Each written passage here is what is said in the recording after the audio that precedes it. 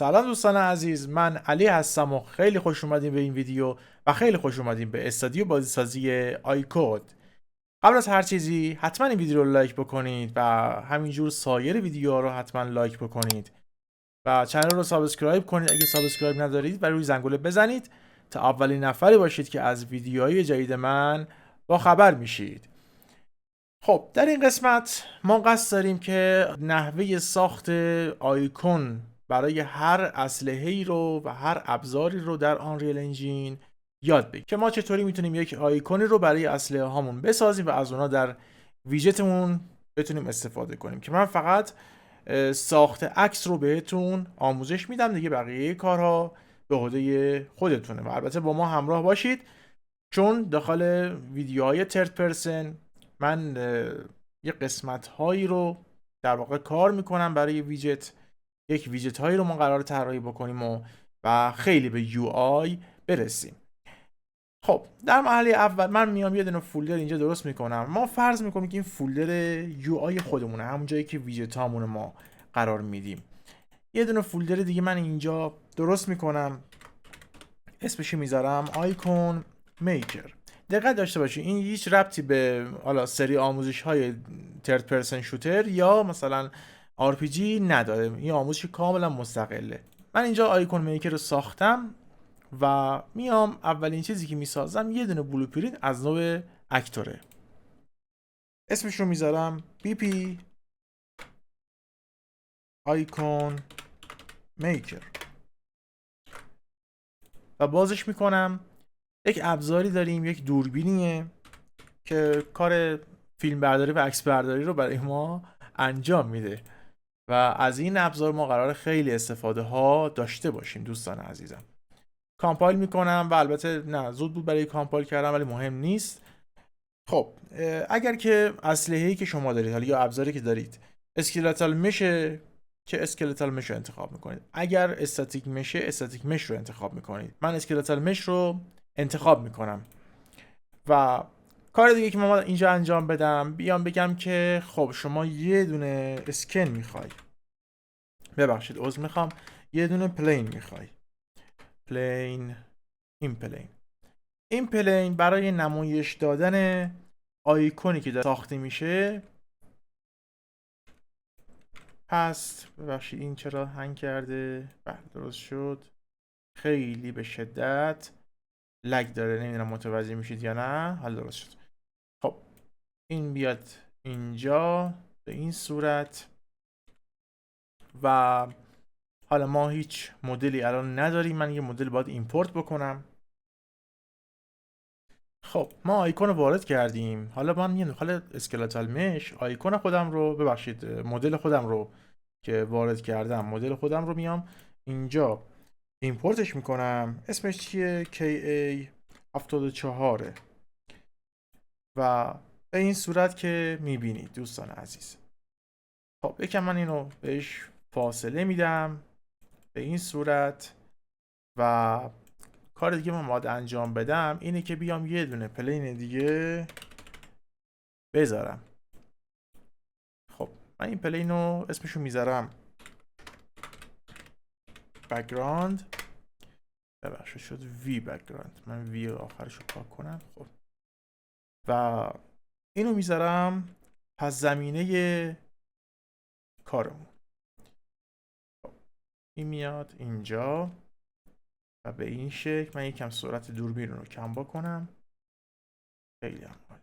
و کار دیگه که باید انجام بدیم اینه که اینو من و اینو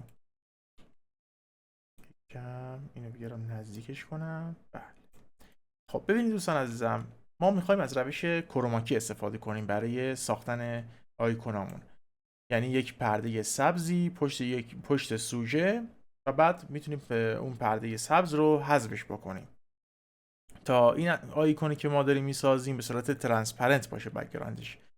پس بنابراین من اینجا باید بیام این بک‌گراند خودم رو انتخاب بکنم و کلمه شادو رو من داخل دیتیلزش وقتی سرچ بکنم یه گزینه هست میشه کست شادو.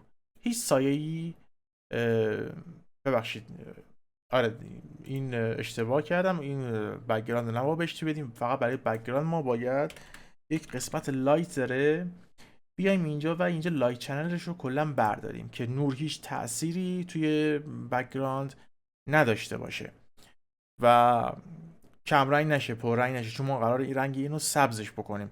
و مورد دوم این که من این رو که در واقع دارم این اسلحه‌مو باید کست شادوش رو بردارم تا هیچ سایه‌ای روی بنرم نندازه دوستان عزیز.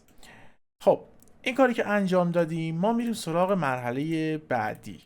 اول من بذاریم من متریال رو اول بسازم. یک متریال سبز رنگ، ببخشید شد گرید، من اشتباه کردم، گرین، دوباره رینیمش کنیم. خب گرین و این من بازش میکنم. من دکمه 3 عدد بالای کیبورد رو فشار میدم و یه دونه متریال اکسپرشن ایجاد میکنم و میام رنگ این رو میذارمش روی رنگ سبز و سبزی که کاملا سبزه، یعنی RGB، فقط جیش باید 1 باشه. اوکی رو میزنم و اینجا من میام اینها رو مقادیرشون رو صفر میکنم تا سبز خالصی رو به من بده، به این صورت که میبینید. اینو اپلای میکنم و اوکی. این برای پس زمینه کار ماست. میام اینجا متریالش رو متریال ام گرین بهش میدم به این صورت که میبینید. و مورد بعدی این که ما ممکنه مثلا آیکونی که میخوایم بسازیم تیره در بیاد، رنگش خیلی مثلا تاریک باشه، بنابراین نیاز داریم به نور. مثل یک، فکر کنید مثل یک آتلیه دارید درست میکنید. بنابراین من میام کلمه لایت رو من اینجا سرچ میکنم، کلی لایت برای من میاره که رکت لایت بهترین گزینه است برای این کار. و البته شما میتونید از پروژکتورهای مختلف هم استفاده کنید. و اینجا کاری که دیگه باید انجام بدی، من این سورس ویدو مثلا میذارمش روی 150، هیت ویدم میذارم روی 150 و اینجا میتونم حالا رنگ بندی رو تغییرش بدم دوستان. مثلا میذارمش، ببخشید این در واقع شدت نور اینتنسیتی میتونم تغییرش بدم، بیارمش پایین. 5000 خیلی برای زیاد بود. و دوربینم رو یک تنظیمی میخواد برای دوربین. ما اینجا از مثلا گزینه فاینال کالر میتونیم استفاده کنیم تا ببینیم حالا خروجی کارمون به چه صورت در میاد. و میایم اینجا میگیم که خب ما الان یه چیز دیگه نیاز داریم به اسم رندر تارگت. این رندر تارگت ما به صورت قراردادی اسم میذاریم آرتی آیکون.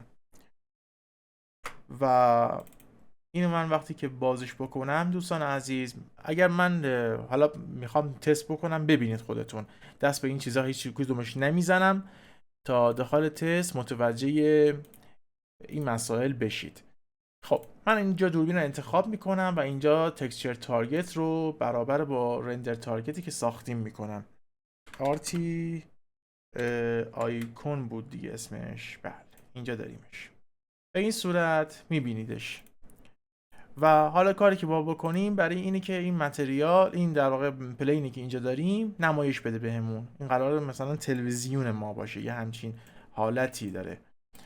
و میام اینجا میگم که خب یک متریال من نیاز دارم که بتونم عکس رو داخل این نمایش بدم. پس بنابراین من یه دونه متریال اینجا درست میکنم، اسمشو میذارم ام آیکون و بازش میکنم. و اینجا این سرفیس رو من میذارمش روی یوزر اینترفیس به این صورت که میبینید. و بعدش اون رندر تارگتی که ساختم و داره تصویر اسلحه من رو نشون میده میارمش و RGB شو به فاینال کالر این متریال متصل میکنم. خب بریم یک تستی داخل این در واقع آیکون میکر بزنیم. ببینید اینجا من میتونم الان بیام اینجا و به عنوان متریال اون متریالی که الان ساختم رو بهش بدم. ام آیکون می نویسیمش اینجا بله همینجوری که میبینید الان ما ام آیکون رو داریمش دوستان عزیز، ولی خیلی کوچیکه و من برای اینکه بیام حالا اینها رو من یه لحظه این ریاکتم ببرم بیرون. خب دوربین رو من یکم میارمش نزدیک و یکم سمت این طرف. چون نگاه کنید الان اسلحه دقیقا وسط این پلینه قرار گرفته، ولی ما با دوربین رو جابجا بکنیم. خب اینو وقتی ما میارم از نزدیک ببینید خیلی تصویرش پیکسلیه و خیلی هم بیکیفیته. ما برای که کیفیت این تصویر رو بالا ببریم باید بیایم داخل رندر تارگتمون و اینجا سایز در واقع رندر تارگتمون رو ببریم بالا. مثلا من سایزش رو میذارم 1024 در 1024. به این صورت خیلی شفاف و تمیز در میاد.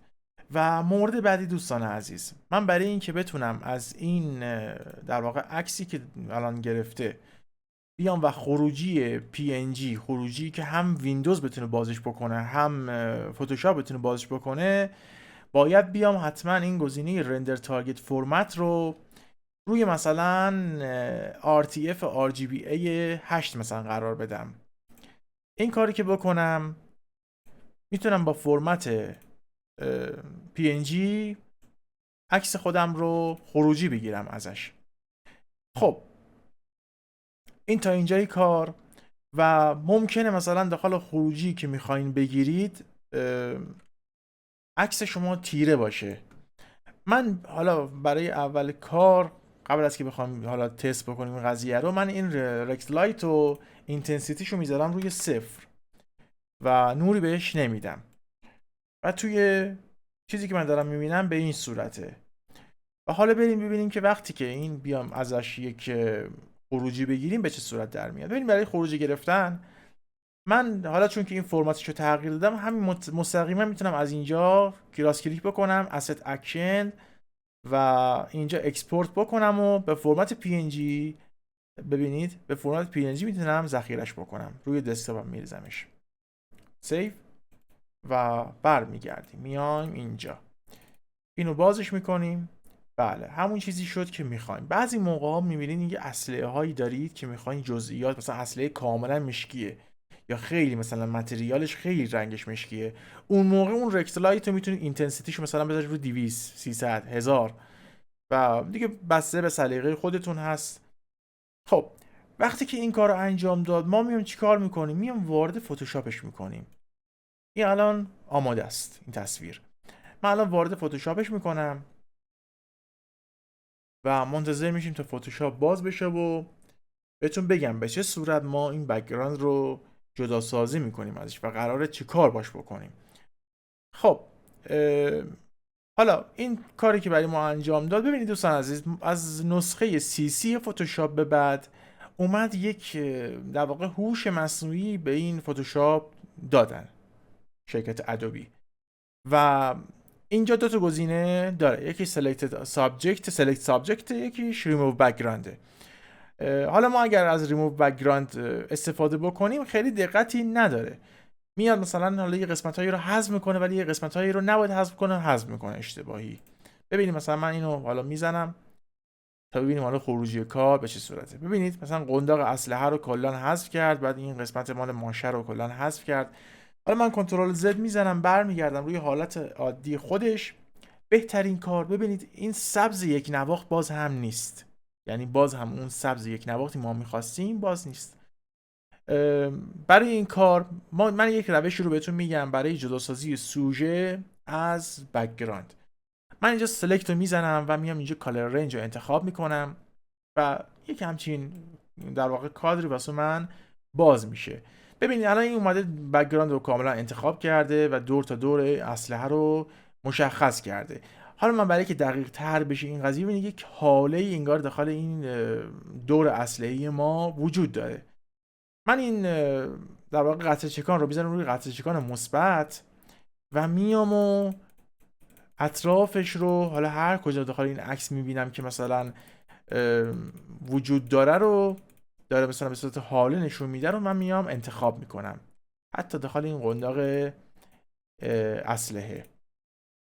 و میتونم حتی زوم بکنم، دکمه آلت رو میگیرم میتونم زوم بکنم، لابلای این رو هم من میتونم انتخاب بکنم، اسپیس رو میگیرم و دوباره اینجا میام و این قسمت ها رو هم میتونم انتخاب بکنم. خب وقتی که مراحل انتخاب کردن ما تموم شد، دکمه اوکی رو من میزنم. به این صورت سوژه من رو انتخاب میکنه. ولی دوستان عزیز، من الان مثلا میگم اگر که من بیام اینجا برای حذف بک‌گراند این گزینه رو بزنم یا سمت راست پایین صفحه این گزینه رو بزنم، چه اتفاقی میفته؟ خود سوژه من حذف میشه. من یه کنترل زد میزنم. خب وقتی که شما این کار رو انجام دادید، شما باید دکمه کنترل شیفت آی رو فشار بدید تا چی بشه؟ بک‌گراندتون انتخاب بشه، یعنی معکوس این رو براتون انجام میده. وقتی که این کار رو انجام داد، شما میتونید حالا یا این گزینه رو بزنید یا پایین این گزینه رو بزنید. به این صورت در واقع بک‌گراند با دقت خیلی بالایی حذف میشه. و شما تا الان کاری که حالا میخواد نیاز هست که انجام بدید اینه که این در واقع بیاین از منوی فایل منوی ایمپورت اکسپورت و اینجا اکسپورت از رو بزنید و اینجا PNG رو انتخاب میکنید، ترانسپرنسی رو انتخاب میکنید و اکسپورت و در نهایت اینجا یک اسم جدید ما بهش میدیم، مثلا علی، و سیو رو میزنیم. اینم میبندیم دیگه. خب همینجور که میبینید عکسی که ما داشتیم تقریبا میبینید ولی لبه‌هاش هنوز رنگ سبز رنگ داره. ولی خب ما قراره با این کارهای دیگه ای بکنیم دوستان عزیزم. ما اینو میدیم به چت جی پی تی یا مثلا هوش مصنوعی جیمینای. یک پرامپت رو براتون آماده کردم که وقتی که شما اون رو به همراه عکستون بفرستید برای مثلا چت جی پی تی، یک همچین عکس با بک‌گراند ترانسپرنت براتون تولید میکنه و شما میتونید از همون عکس ها داخل بازیتون استفاده کنید. اگر احیانا این خیلی باب تبتون نبود، خودتون میتونید حالا هر پرامپت دیگه ای رو امتحان بکنید روش. و دیگه مشکلی برای رنگ سبز و اینها هم نداریم که حالا خطوط سبز مثلا دور تا دورش باشه و اینا. و این دقیقاً میاد بر اساس حالا یک الگو برداری از GTA V، میاد یک عکسی رو به اون صورت با خطوط مشکی و حالا پس زمینه بیس سفید براتون تولید میکنه. این بود روش اول ما. حالا میریم سراغ روش دوم. حالا خیلی ها هستن که نیاز به در واقع برای آیکون ساختن نیاز به کروماکی ندارن، یعنی خودشون نمیخوان از کروماکی استفاده کنن و ببرن جای دیگه، میخوان همونجوری ریل که هست همونجوری ریل استفاده کنن. حالا اون مورد چه جوریه؟ ببینید دوستان عزیزم، ما میایم اینجا، من بک‌گراند رو پاک میکنم. خب این بک‌گراندی که برای این در واقع اسلحه هست رو من پاک میکنم. اینجا پاکش میکنم، اینو کامپایل میکنم. همینجور که میبینید الان بک‌گراند این کاملا مشکیه. و کار دیگه که باید انجام بدیم اینه که بیام اول داخل این متریاله و اینجا ببینید دوستان از من یه لحظه اول بیام رندر تارگت رو یک کارهای روش انجام بدیم دوستان. خب ببینید من اینو از روی RTF میذارمش روی RGBA 16F. این کار رو میکنم که به حالت در واقع آلفا هم ساپورت بکنه. خب این از این. بعد این رو ما دوربین رو باید تنظیمش بکنیم، بیاریمش اینجا تنظیمش بکنیم مثلا روی گزینه اول که نوشته opacity in A. و این کاری که انجام دادیم اوکی، دوباره میام داخل این متریال و اینجا میام برای که بیایم این آلفایش رو دوباره حالا احیا بکنیم یک جورایی از صفر و بریمش به یک تابعی داریم به اسم وان ماینس. و ببخشید روز میخوام اینو من باید اول تبدیلش بکنم، اینجا بلند مودش رو تبدیل بکنم به ترانس برای اینکه حالت شفاف رو پشتیبانی بکنه. و این رو هم باید از کالر بیارمش روی لاینر کالر. به این صورت در میاد.